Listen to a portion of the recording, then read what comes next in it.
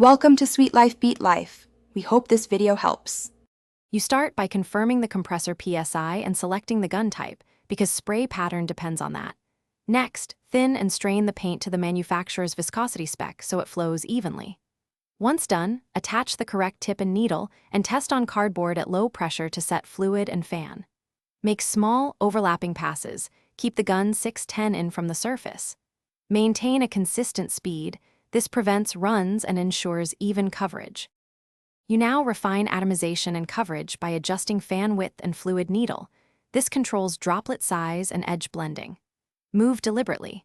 Hold the gun perpendicular and overlap each pass about 50%, because that eliminates striping and builds uniform film thickness.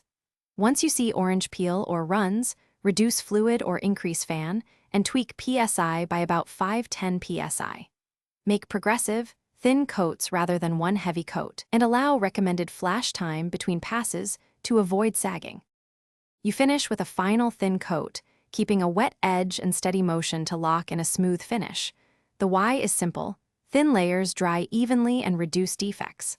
Once applied, follow the cure time on the label, and if multiple coats are needed, sand lightly between coats with the specified grit to promote adhesion. If you get spitting or uneven spray, stop and clean the nozzle, recheck viscosity, and inspect seals.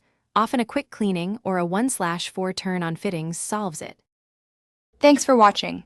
Consider subscribing if we helped you.